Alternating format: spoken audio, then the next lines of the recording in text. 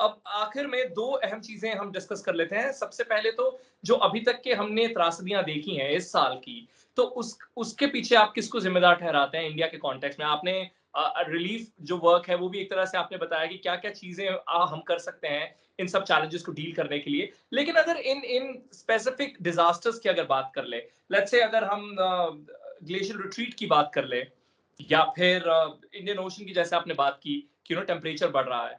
तो recent disaster से क्या आप सीखते हैं और क्या आपकी लर्निंग है?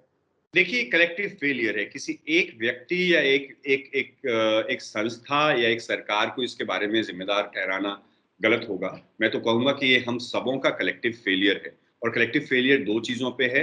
एक कि हम इस बात की समझ नहीं बना पा रहे हैं कि ये सब चीज़ें जो है वो हमारे बिहेवियर, हमारे एक्शन, हमारे इंफ्रास्ट्रक्चर डेवलपमेंट के कारण है और साथ ही साथ एक तो है समझ की बात, समझ नहीं बनाने की बात और दूसरी बात ये है कि हम तत्परता से उसके उसका रिएक्ट नहीं कर रहे, उसके बारे में मिटिगेशन प्लान हमारे पास नहीं है।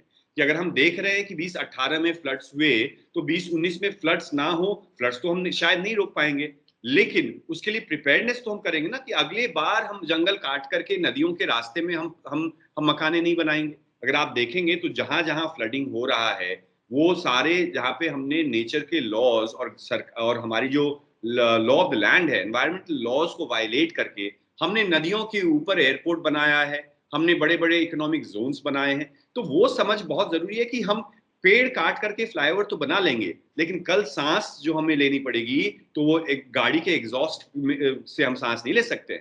साँस के लिए पेड़ की आवश्यकता है। हम भले ही चाँद पे पहुँच जाएँ, लेकिन धरती पे भी तो हवा रहनी चाहिए, धरती पे भी तो जी। पानी होनी चाहिए। 60% पानी अगर भारत का प्रदूषित है मतलब surface water, most of our rivers are completely polluted. It is something which is high time that we wake up and do something about it. Climate change will have to be broken down into minor, small, specific resource management of water, resource management of our forests, resource management of our air, resource management of people's right over these resources. And that's where we'll understand climate change and combat climate change collectively.